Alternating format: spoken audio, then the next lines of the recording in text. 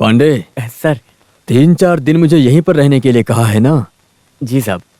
अच्छा हुआ ये आदमी गिर गया, इसका हाथ पैर टूट कर 1 महीना बेड पे पड़ा रहा तो इससे शादी करने की इच्छा हो जाएगी, तब ये भी खुश रहेगा और मैं भी। तब ये भी खुश रहेगा और मैं भी। क्या सोच रहे हो तुम? कुछ नहीं सर, खाना क्या बनाना है वो सोच रहा हूँ।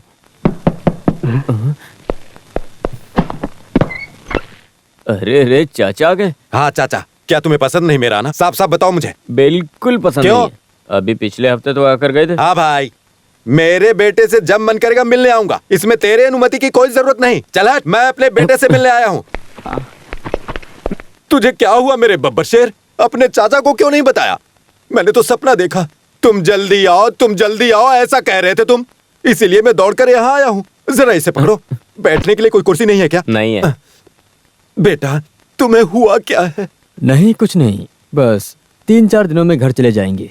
घर तो वापस जाएंगे, तुम तो गिर गए थे ना, तो यहाँ के दवा से कुछ नहीं होने वाला।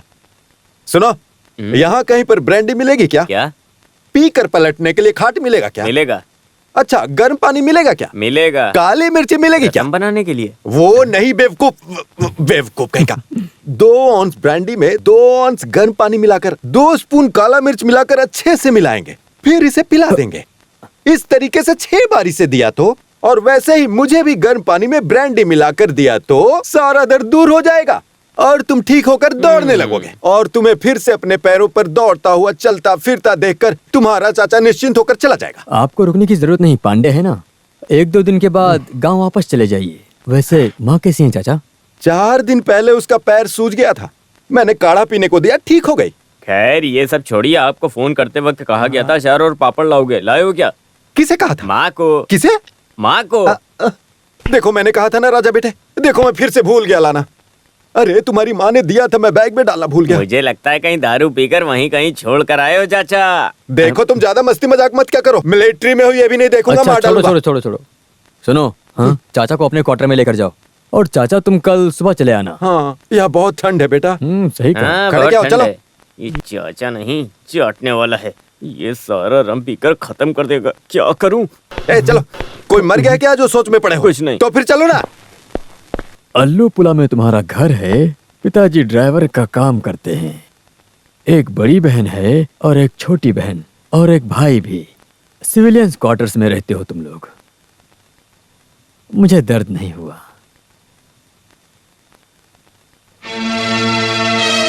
अगर जो हम दोनों एक साथ में रहें तो एक दूसरे को समझ सकते हैं। तो बोलो क्या कहना है तुम्हारा?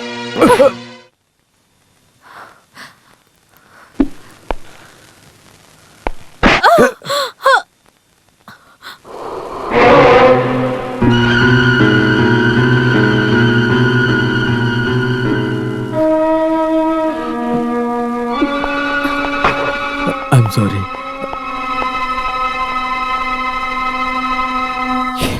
राज भाई, आपने इतनी गंदी हरकत क्यों की? वो लड़की अच्छी है इसीलिए उसने अभी तक आपके खिलाफ रिपोर्ट नहीं की है। अगर रिपोर्ट करती तो मुझे भी उसका साथ देना ही पड़ता। You become so cheap. Raj भाई, आपको एक बात ध्यान रखना चाहिए, सिर्फ इंसानों को खुशी देने के लिए ही औरतों का जन्म नहीं हुआ है। आपके ही दिए पैसों से आज मैंने ये व्हाइट कोट पहना है, इसीलिए मैं आपको ज्यादा कुछ नहीं बोल पा रहा। एहसान जता रहे हो। आज सुबह डॉक्टर सनी के आने के बाद मैंने अपने बारे में बात की, लेकिन वो बहुत गुस्सा हो गए और मुझे एडवाइस देने लगे कि औरत अपने पति को खुश करने वाली कोई गुड़िया नहीं है। देखा जाए तो स्त्री गुड़िया ही होती है। हाँ, तुम्हारे बारे में बताता हूँ। बिहार से नर्सिंग पास होकर पहली पोस्टिंग देहरादून और तेजपुर, फिर अंबाला, और अभी यहाँ 6 महीने से काम कर रही हो।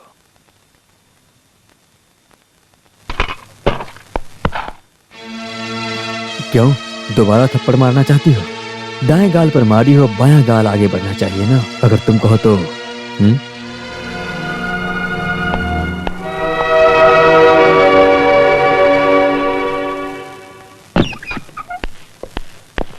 क्यों बेटा, मुझे जल्दी आने के लिए तुमने क्यों कहा? तो क्या है ना, आपको आए हुए 2 दिन हो गए हैं, अब आप जा सकते हो। तुम्हें ऐसी हालत में छोड़कर तुम्हारा चाचा यहाँ से कैसे जाएगा? अरे कोई बात नहीं, सर का ख्याल रखने के लिए मैं हूं ना, आप जाओ चाचा। कल सुबह मुझे डिस्चार्ज कर देंगे, डॉक्टर ने कहा। लो सुनो, ये पैसा घर में मत देना, माँ के पास पैसा है। आप सीधे घर ही जाना। नहीं ना, यहाँ से सीधा कोयम्बटूर जाऊंगा। हमारे दुबई के कुटप्पन के बेटे को मेडिकल में एडमिशन मिला है ना, वो अच्छे से पढ़ रहा है या नहीं ये देखना है। वहाँ एक दिन रुकना है, वहाँ का माहौल देखकर वहाँ से सीधा पलक्कड़ के लिए निकलूंगा। पलक्कड़ में अपने भाई के बेटे से मिलकर आपको आऊंगा। कहीं नहीं जाना है, सीधा घर पर जाओ। आपको जरूरत से ज्यादा पैसा दिया हूँ, आप बेकार में कहाँ घूम रहे हो? हाँ बेटा, मैं सब जानता हूँ। चाचा को तुम सब बेवकूफ समझते हो। शादी हुई या कोई तकलीफ हुई या फिर मौत हो गई किसी की, चाचा की जरूरत सब जगह है, सब कुछ संभालने के लिए। लेकिन अब मैं सब पर बोझ बन गया हूँ। ये चाचा सब समझ गया बेटा। अरे वो बात नहीं है चाचा, आप फालतू में घूमो मत, आप सीधे घर जाओ। बाकी का सारा खर्चा मैं उठाऊंगा, तुम किसी भी बात की चिंता मत करना। लेकिन ये चाचा किसी की बात नहीं सुनता है ना? क्या? पर तुम्हारी बात मैं मानता हूँ। तुम ही तो मेरी वीकनेस हो बेटा। हाँ ठीक है चाचा, आप जाओ। हाँ अभी देर मत करो, मैं आपको बस स्टॉप तक छोड़ देता हूँ, वरना बस नहीं मिलेगी और आप फिर वापस आ जाओगे। सुन पांडे, मेरे साथ मस्ती मत कर, चुपचाप मेरी पेटी उठाकर चल। मेरी मदद कर, खड़े खड़े मजाक मत क्या कर मुझसे। मेरे प्यारे राजा बेटा, तुमने मुझे पैसे दिए थे ना? हाँ। मैंने कहाँ रख दिए? पॉकेट में। पॉकेट में? हाँ, अब मेरी उम्र हो गई है ना, तो मैं भूल जाता हूँ। आप ये नहीं भूलते क्या? इसमें तुम्हें कोई तकलीफ है क्या? मुझे क्या तकलीफ होगी? हाँ।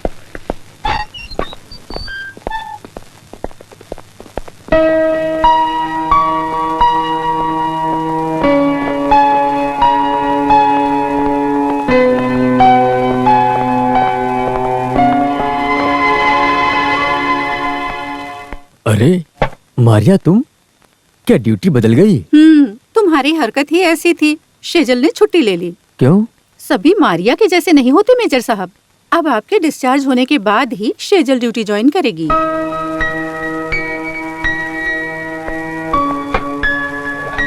गुड नाइट मेजर साहब। Good night.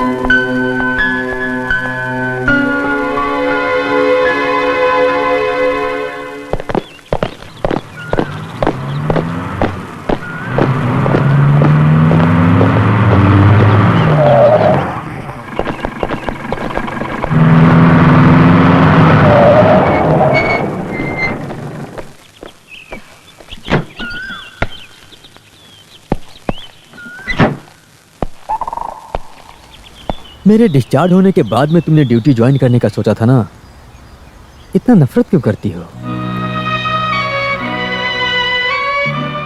गंदी नजर से आप मुझे मत देखिए प्लीज। आप मुझे परेशान मत कीजिए। मैंने बहुत बड़ी गलती की है, पर अब ऐसी गलती ना करने का फैसला किया हूँ। नाउ आई एम सीरियस और मैं तुमसे बहुत प्यार करता हूँ। मैंने ऐसी बातें बहुत लोगों से सुनी है, सिर्फ आपसे ही नहीं। आप मेजर हो और मैं एक नर्स हूँ। मैं अपने आप को अच्छे से जानती हूँ। मिलिट्री बैकग्राउंड में इस तरह के नाटक में मैं नहीं फंसना चाहती हूँ। आप मुझे प्यार के नाटक में मत फंसाइए, ये मुझे बिल्कुल भी पसंद नहीं है। माफ कीजिएगा, I am sorry.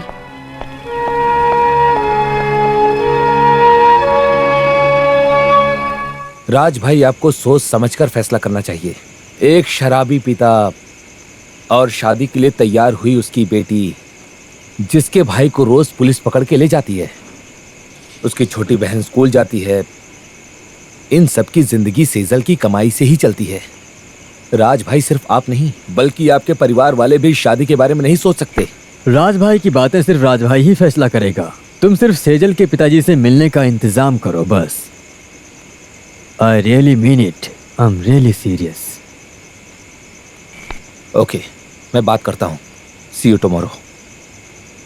Good night. Good night.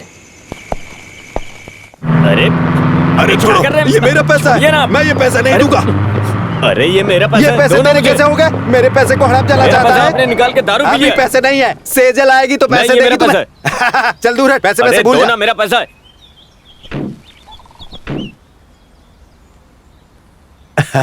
आइए आइए, हम बाप बेटा मस्ती मजाक किया करते हैं ऐसे। ये मुझसे अर्जेंटली 100 रुपए मांग रहा। मैं आपसे ये बात शेयर कर सकता हूँ, है ना? तो मुझे 100 रुपए दे दीजिए ना। और भी अगर हैं तो 100 रुपए और दे दीजिए ना। ओके, हाँ साफ लेकर आना। हाँ। ये मेजर राजशेखर जी हैं। मैं डोमिनिक फर्नांडिस। मैं मिलिट्री में ड्राइवर था, रिटायर हुए बहुत दिन हो गए। Let's go inside please, come. Please please please.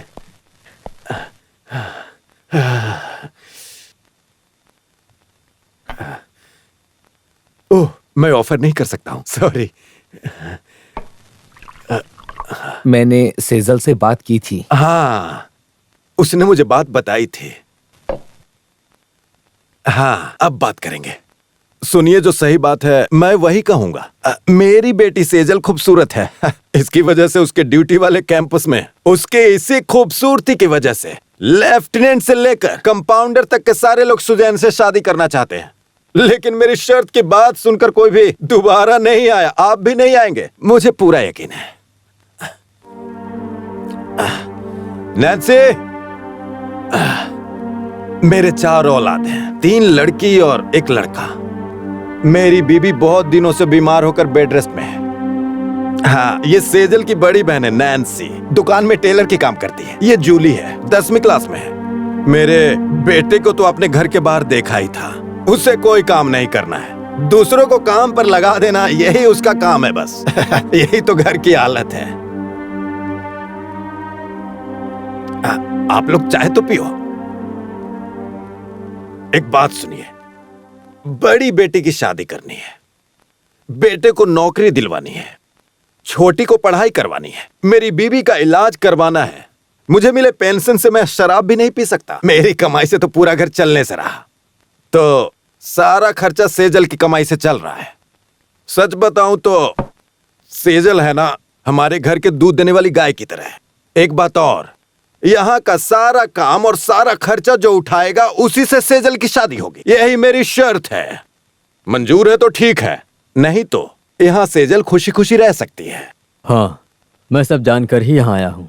मैं सोच समझकर सनी से बोलता हूँ। ठीक है, बहुत बढ़िया। हाँ, और ये भी सुन लो, हमें हर महीने 1 तारीख को अच्छी रकम मिल जानी चाहिए। अगर ये मंजूर है तो बात आगे बढ़ाऊं।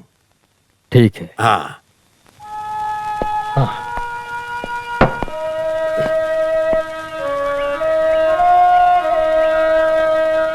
आपने फैसला कर लिया होगा कि सेजल से शादी करना आपके लिए ठीक नहीं होगा।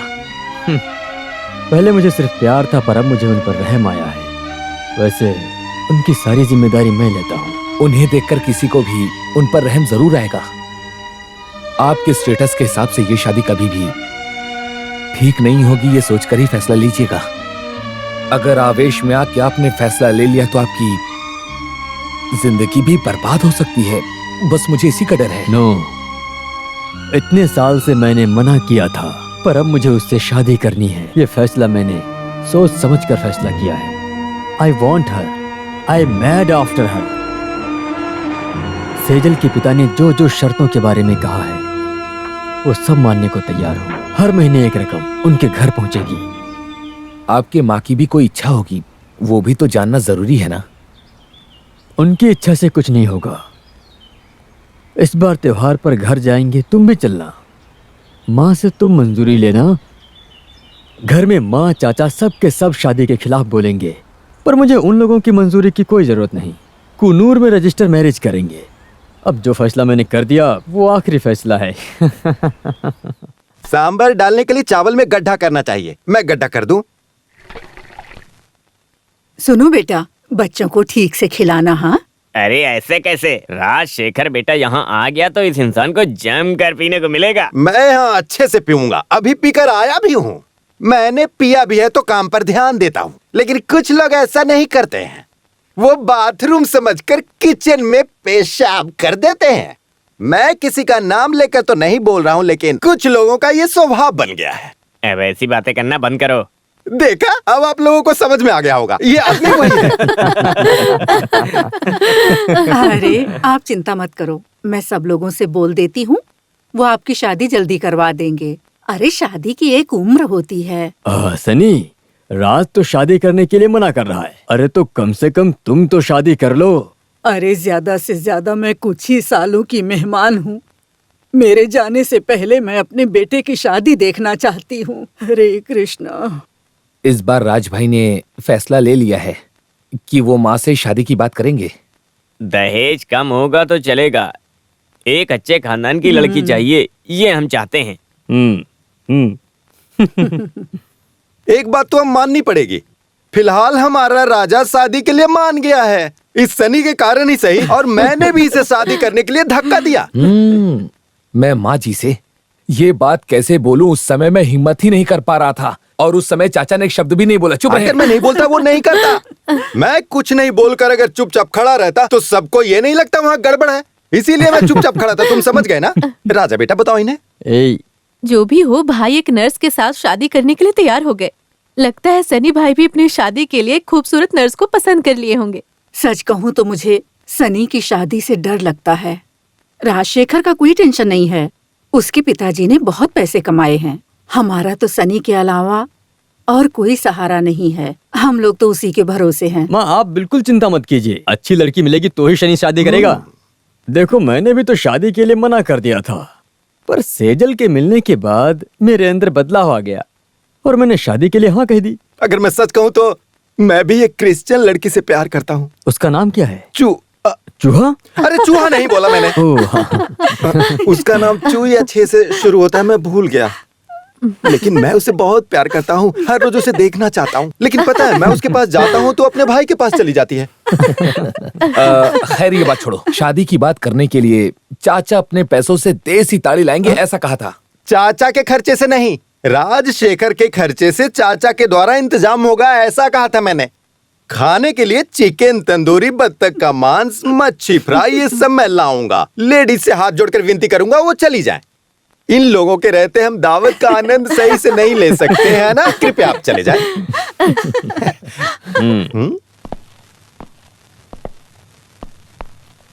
ठीक है माँ, अब हम चलते हैं। तुम इस परिवार के बड़े बेटे हो, लेकिन तुम अपनी जिम्मेदारी बिल्कुल नहीं समझते हो। तुम्हारी उम्र के लड़के अपनी बीवी बच्चों के साथ कितनी खुशी से रहते हैं। तुम्हें देखकर मुझे कितना दुख होता है कि तुम ऐसे क्यों हो। भगवान से प्रार्थना है कि तुम्हें सद्बुद्धि दे और तुम भी अपनी गृहस्थी बसाओ बेटा, मेरा आशीर्वाद है।